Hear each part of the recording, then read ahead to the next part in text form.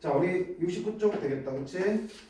우리 지난 시간까지 명제, 필요충분과 필요조건과 충분조건까지 다 했고, 어떤 명제와 그 대우가 참거짓이 같은 거지, 여건 참거짓이 항상 같다고 보자 못해. 그치? 알겠지? 자, 두 번째 이제 볼 거는 명제의 증명이야. 증명이 뭔데?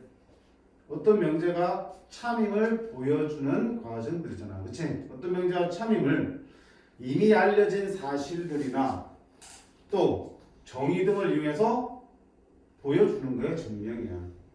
자, 그 증명 방법에 크게 두 가지 좀 배울 거야. 첫 번째가 뭐가 배울 거냐면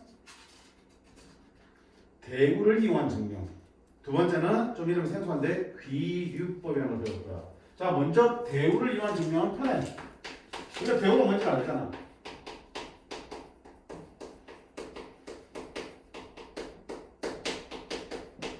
우리 지난 시간에 배웠잖아. 어떤 명제가 참인가 아닌가 판단할 때 그게 애매하면 어떤 방법도 있다고 그랬어. 그 대우 명제를 써놓고 그게 참인지 보는 게 더 쉬울 때도 있다고 그랬지. 그치? 마찬가지야. 어떤 명제가 참임을 이제 보여줘야 돼. 근데 그 명제 그대로 보여주기는 힘들 때가 많아. 그럼 그럴 때는 어떻게? 깔끔하게 대우 명제 써놓고 그 대우 명제가 참임을 증명해주면 되는 거지. 그럼 자동적으로 뭐야? 원래 명제도 참여되는 거니까. 그치? 그거야. 자, 예를 들어볼게. 증명이기 때문에 따라서 연습해보면서 써보셔야 돼. 오케이? 이게 학교 시험에서는 서술형이 나올 수도 있고 아니면 쭉 증명 과정에서 빈칸을 뚫어서 빈칸을 채우는 문제가 나올 수도 있어요. 근데 그냥 처음부터 까지 내가 증명한다는 생각으로 하셔야 돼. 명제 어떤 명제야? 1번 자연수연에 대하여 n제곱이 짝수면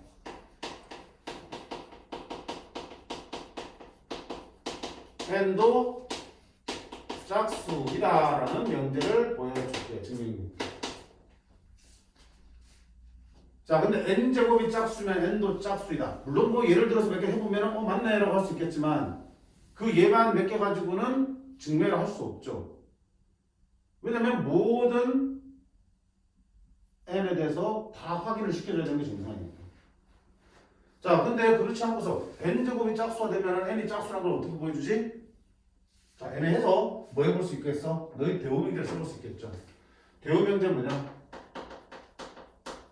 자연수에 대해서 n이 짝수가 아니면, 그치? 이게 부정이잖아. 근데 짝수 아니면 뭐밖에 없냐? 홀수지. 그럼 n이 홀수이면 이렇게 써도 돼. 그럼 n제곱도 짝수가 아니다. n제곱도 홀수이다. 얘가 참임을 보여주면 자동적으로 이거 참이 되겠죠. 그럼 얘를 볼까요? 뭐 어떡할 건데? 자, n이 홀수면 됐지. 그러면 첫 번째 n을 어떻게 두는가? 홀수를 보통 어떻게 표현합니까? 2k 빼기로 쓰지, 그치? 짝수는 2k로 쓰고 홀수는 2k 플러스 1 또는 2k 마이너스로 쓰는데 마이너스로 쓰면 k는 어디부터 가니? 1부터 다 들어갈 수 있죠. 1이면 1이랑 홀수부터 시작할 테니까. 오케이. 그럼 n이 2k 마이너스면 n이 홀수라고 가정했기 때문에 n을 2k 마이너스로 줄 수 있는 거야. 그러면 n제곱은요 2k-1의 제곱이 되는 거고요. 전개해볼까? 4k 제곱 마이너스 4k 플러스 1이 되는 거고. 네가 홀수인지 짝수인지 본래 뭐 해야 돼? 이로 묶고 봐야겠지. 이로 묶으면 2k 제곱 빼기 2k 더하기 1이야. 자, 이까지는 짝수인데 더하기 1 플러스 1이 뭐야? 홀수네. 아하. 따라서 n이 홀수라고 가정했더니 n제곱도 홀수란 게 증명이 되는 거야. 그치? 그러면 주어진 명제의 대우 명제가 참이면 주어진 명제도 대우는 뭐다? 참이다라고 할 수 있는 게 대우를 이런 증명. 별거 없네. 그치? 그러니까 주어진 명제를 증명하세요 그러면 그게 힘드니까 대우 명제를 써놓고 대우를 증명하고 있는 거야. 그 디테일한 방법들은 증명하는 명제마다 다르니까 문제를 풀면서 연습하셔야 되는 것들이야. 기본적으로 홀수는 2k-1, 짝수는 2k라고 세팅한 다음에 전개를 해주시면 되는 거예요. 그럼 뭐야? 3의 배수는 몇 선데? 오케이. 맞지? 그럼 3으로 나온 나머지 1인수는? 그럼 3의 배수가 아닌 건? 3의 배수가 아닌 거는 3k 플러스 1일 수도 있고 3k 플러스 2일 수도 있지. 나머지가 1이거나 2잖아. 나누어뜨리지 않으니까 3의 배수 아니지. 맞지? 근데 이렇게 쓰는 것보다 어느 더 편하면 보세요. 3K 풀 마이너스면 더 편하지 않을까? 플러스 1이면 나머지가 1인 거고요. 마이너스 1이면 나머지가 2가 되는 거지. 마이너스 1이 나머지라는 얘기는 이만큼이 남는다는 얘기잖아. 1만큼이 모자라니까. 그렇지? 그래서 이렇게 3의 배수 아닌 수를 통으로 표현할 수도 있다. 뭐 어느 쪽은 상관없어요. 상관없어요? 어쨌든 이렇게 거기에 맞게끔 표현해 주시는 것들을 문제를 풀면서 만날 때마다 연습하고 댓글로 저장해 두셔야 돼. 됐지?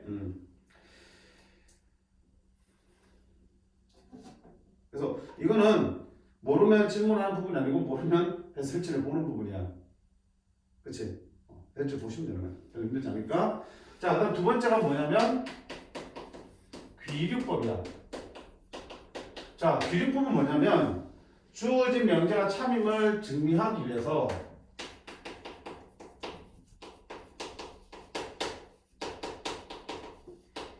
결론을 부정해. A가 맞다 그랬는데 일단 아니라고 부정하고 시작하는 거야. 부정했더니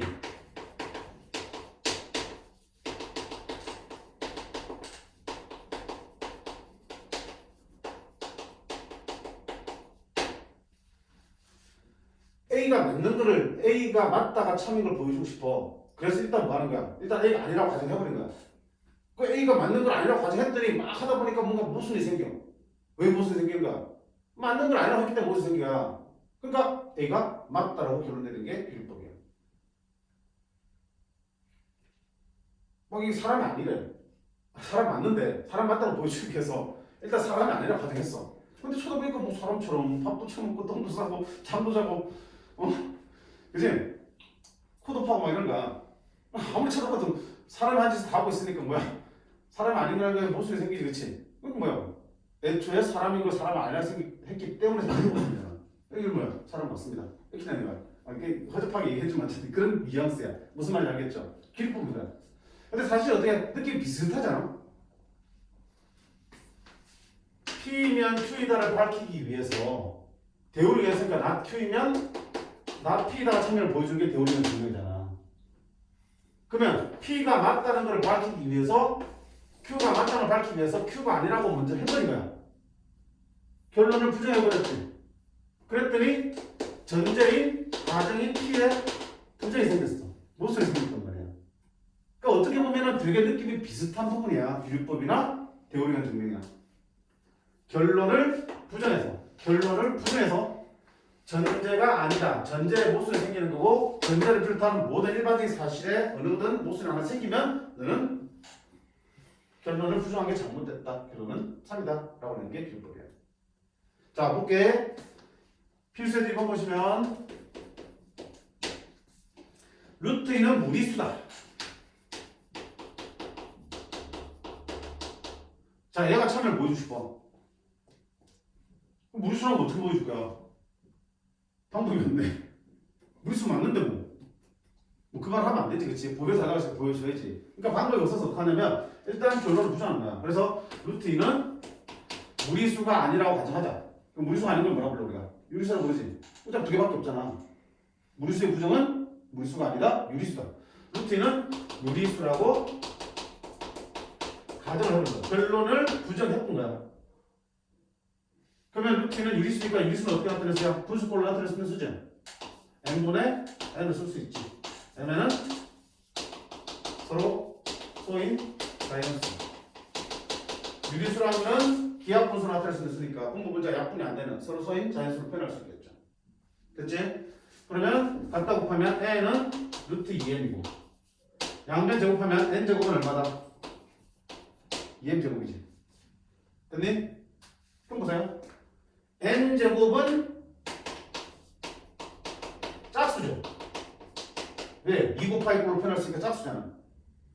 n제곱이 짝수니까 아까 앞에서 뭐야? n제곱이 짝수면 뭐도 된다? n도 짝수죠. 자, n이 짝수니까 n을 어떻게 쓸 수 있어? 2k로 표현할 수 있겠죠. 짝수는 2k로 표현하겠습니까? 그럼 이거를 다시 여기다가 집어넣을게요. n이 2k니까 2k 제곱은 2m 제곱이죠. m제곱은 4k제곱인데 2 나누니까 얼마야? 2k제곱이 되겠죠. 그럼 결국 m제곱도 뭐야? 짝수네. 맞지? m제곱 짝수니까 당연히 뭐야? m도 짝수지. 뭐라? n도 짝수고 m도 짝수야. 무슨 생겼지? mn은 서로 소라 그랬는데 둘 다 짝수는 서로 소라 되냐 안 되니? 안 되지. 따라서 mn이 서로 소라는 과정에 모순이 생겼어. 왜 생겼는데? 아니 무리수를 유리사각형으로 생긴 모순이야. 따라서 뭐야? 루트는 무리수가 맞습니다. 이렇게 한 게 기울법이야. 일단 증명 방법은 그 디테일한 걸 나중에 보시고요. 하면 수저를 이렇게 워낙 자주 나오는 거야. 그냥 교과서 사실에서 교과서만 있으니까. 교과서 있는 거기 때문에 그냥 보게 될 거야. 근데 기록법을 어떻게 하는지 큰 틀만 보라는 얘기야. 어떤 걸 하고 싶으면 그게 아니라고 가정하는 거야. 그 다음에 뭐야? 어떤 모순들을 찾아내는 거야. 모순이 발견되는 순간 너는 참이 돼버리는 거니까. 됐지? 자, 그래서 밑에 있는 유제들은 해설지를 봐가면서 쭉 한번 써보시면 그걸로 충분해. 지금 이거 다 완벽하게 할 필요 없어요. 그치? 그냥 대우량 증명이 뭐고 기록법이 뭐다 정도만 알고 있으면 돼. 부담 갖지 말고. 자, 그 다음 뭐가 나오니? 절대 부등식이야.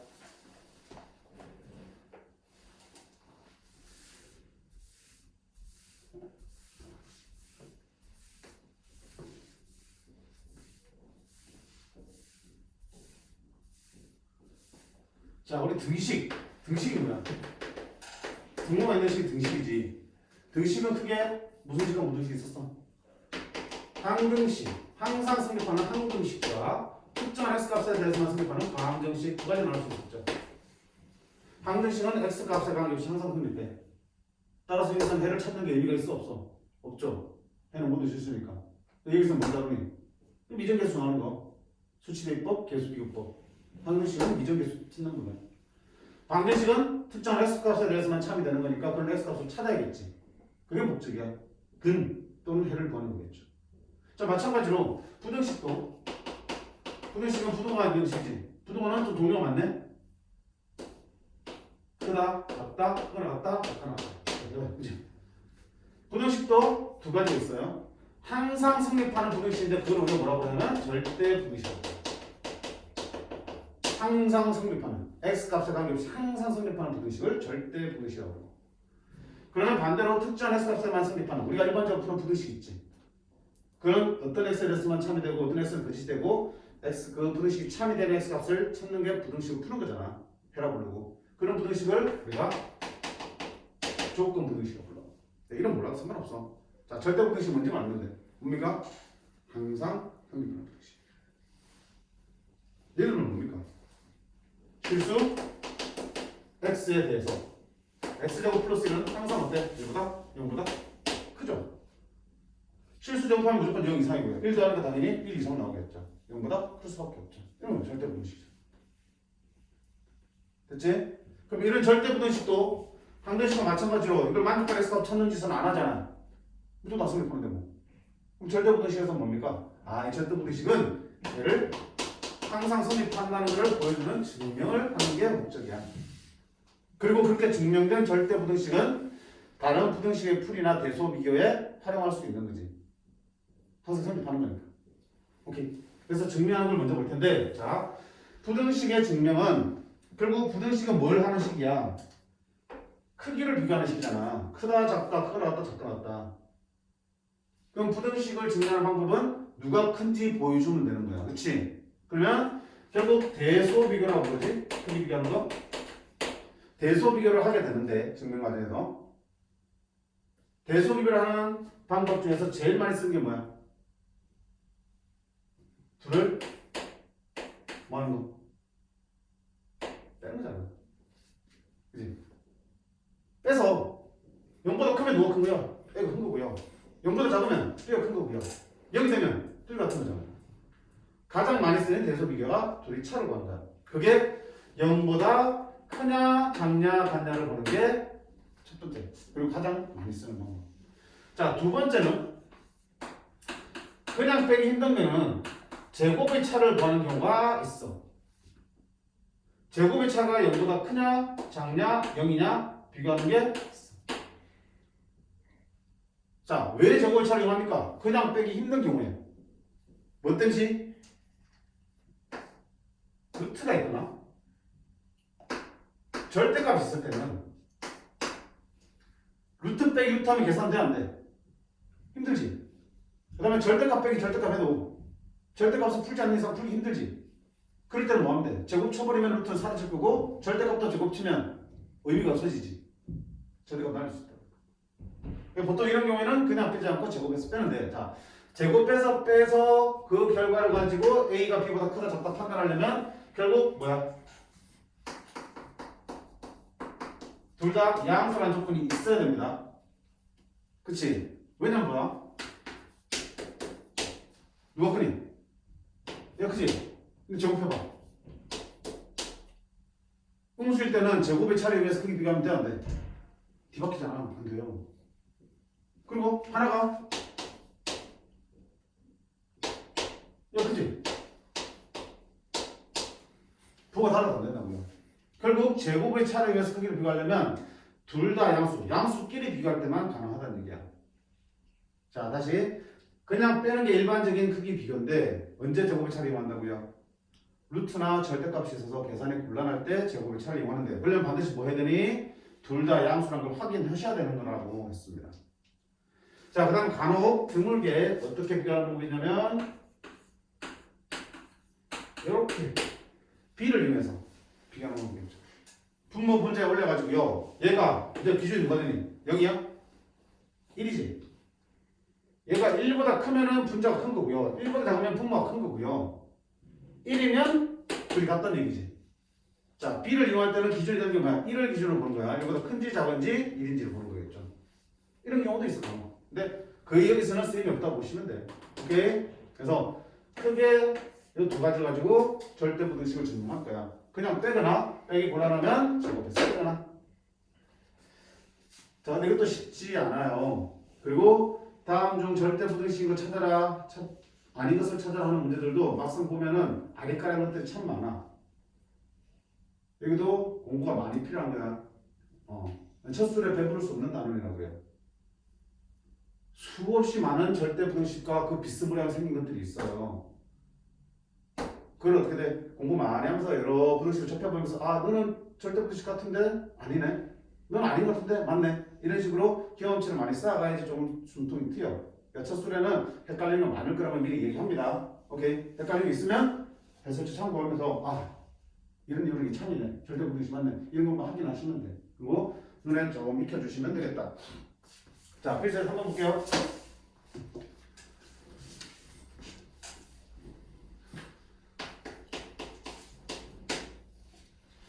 XY, AB가 실수일 때 다음을 증명하거나. 자, AB가 일단 양수라는 조건 있죠? 1번 X 더하기 Y 제곱이 항상 4XY보다 큰 거를 증명하라 되겠습니다. 어떻게 하면 돼? 빼면 되죠? 오케이? 자, 좌변에서 우변을 빼볼게. 빼면 X제곱 2XY Y제곱인데 빼기 4XY니까 얼마 되니? X 빼기 Y의 제곱으로 이승을 다시 되겠죠. 그러면 실수의 제곱이 항상 0보다 어때? 커놨잖아. 그럼 여기서 이걸 뺀 게 0보다 커놨다는 얘기는 얘가 얘보다 커놨다. 참이야 그 뜻이야? 참입니다. 정리되겠죠. 간단하지? 간단해요. 자, 단 보세요. 절대 부등식 중에서 이렇게 등호가 들어있는 거는 우리가 증명할 때 약속을 했어. 언제 등호가 성립하는지 써주기로. 항상 크거나 같은데 같아지는 조건들을 써주기로 약속한 거야. 그럼 언제 크거나 같으니까 얘가 언제 0이 됩니까? 얘기지. 얘가 0이 될 때 등호가 성립한 둘이 같아지는 거니까. 그럼 언제? X하고 Y하고 같을 때. 그래서 단 등호는 이 절대 부등식에서 등호는 X하고 Y하고 같을 때 성립한다라고 써주기로 약속한 거야. 증명할 때. 안 써주면 감점. 등호 없는 부등식은 상관없어요. 있을 때는 반드시 등호가 성립하는 조건을 써주십니다. 두 번째 볼게요. 루트 A 더하기 루트 B가 루트 A 플러스 B보다 큰 낫다. 자, 이걸 보여주고 싶은 거야. 그럼 크기 비교하는 거지. 그냥 빼면 어때? 봐봐. 그냥 빼면 계산 돼, 안 돼? 못하지? 못하니까 뭐 하는 거야? 제곱해서 빼는 거야. 왜? 얘 양수잖아. 얘도 양수지. 제곱해서 빼도 된다는 얘기야. 자, 제곱하면 A, 루트 A 제곱하면 A, 루트 제곱하면 B. 2AB니까 플러스 2루트 AB. 됐죠? 이거 제곱하면 뭐 나오니? 빼기 A, 빼기 B 이렇게 나오죠. 찍 사라지니까 얼마 되니? 2루트 AB가 되잖아. 얘랑 항상 어때? 0보다 커 나왔죠. 0보다 커 나왔죠. 루트 앞에 반복부 없으면 플러스잖아. 0보다 커 나왔다고요. 그럼 얘가 성립한다, 안 한다? 한다. 자, 역시 동호가 있으니까 동호가 성립할 줄 보자. 여기 동호가 성립할 때는 여기가 뭐 되는 순간이야? 0 되는 순간이지. 여기가 0 되는 건 얼마야? A가 0이거나 B가 0 되면 되겠죠. 따라서 단 동호는 A가 0 또는 B가 0일 때 성립한다. 그냥 빼는 게 일반적이고요. 그냥 빼서 계산이 힘든 경우는 제곱해서 뺍니다. 제곱해서 뺄 때는 반드시 양수라는 조건을 확인하셔야 돼.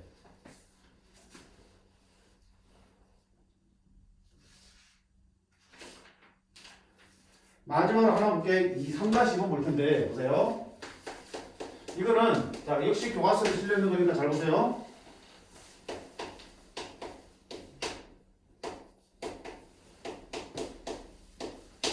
자, 얘가 생긴 거 한번 보여줄 거야. 자, 그러면 당연히 여기서 이거를 빼면 되겠지만 역시 절대값 있으니까 곤란하죠. 절대값을 풀지 않는 이상은 힘들어지니까. 그럼 절대값을 푸는 바에 그냥 제곱해도 되겠죠. 근데 보세요. 얘 제곱과 얘 제곱을 차를 구하려면 선생님 뭐라고 했어? 제곱해서 빼려면 양수라는 게 전제돼야 된다고 했죠. 그치? 아까 말했잖아. 음수일 때는 뒤바뀔 수도 있었잖아. 음수 양수일 때도 뒤바뀔 수 있었지. 양수라는 걸 전제해야 돼. 근데 보세요. 얘는 양수가 맞아. A 빼기 B의 절대값이니까. 근데 여기 봐. 절대값 A 빼기 절대값 B는 양수일 수도 있고 음수일 수도 있잖아. B의 절대값이 더 크면 음수가 나올 수도 있잖아. 그럼 제곱의 차를 이용하면 돼, 안 돼? 안 되는 거야. 근데 맞다는 방법이 없거든. 그래서 어떻게 해야 되냐? 나누는 거야. 어떻게? 첫 번째는 절대값 A가 절대값 B보다 크나 같다라고 가정하고 풀어보자. 그럼 여기도 양수, 여기도 양수 맞죠? 그럼 제곱의 차를 이용할 수 있겠네? 자, 그러면 계산하면 얘는 A 빼기 B의 제곱가 같고요.